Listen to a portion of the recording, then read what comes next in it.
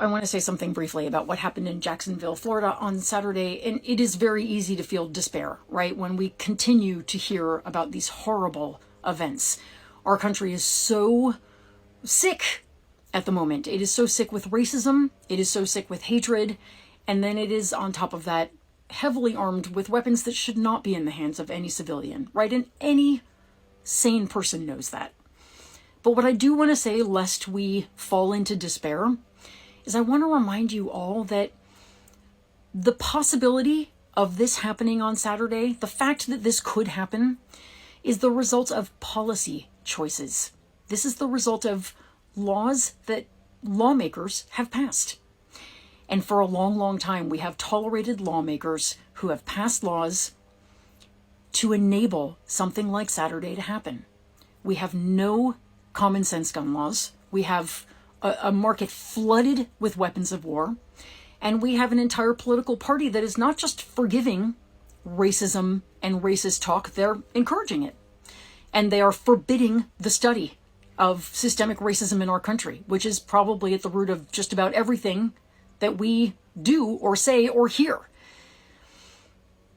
There is a solution. There is a different way to live. There are politicians that will pass different policies. We have seen it happen in Michigan and Minnesota and other states where we have flipped state houses.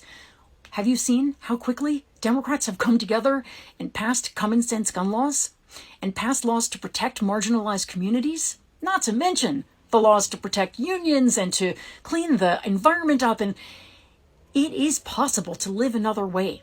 And it is so easy to forget that when the news is so relentless. You guys, it will take time and it will never be a perfect fix, but we can change this with policy. And anyone telling you otherwise wants you to stay home and not vote. We can elect politicians who will change the gun laws in this country.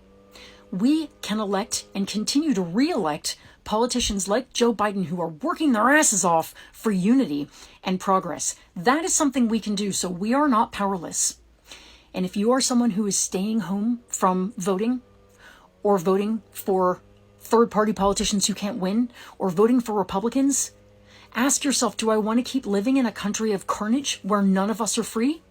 Or do I want to elect politicians who actually will legislate to change this? Because it can be done. Let us envision a different future and then let us work for it together, because this cannot stand.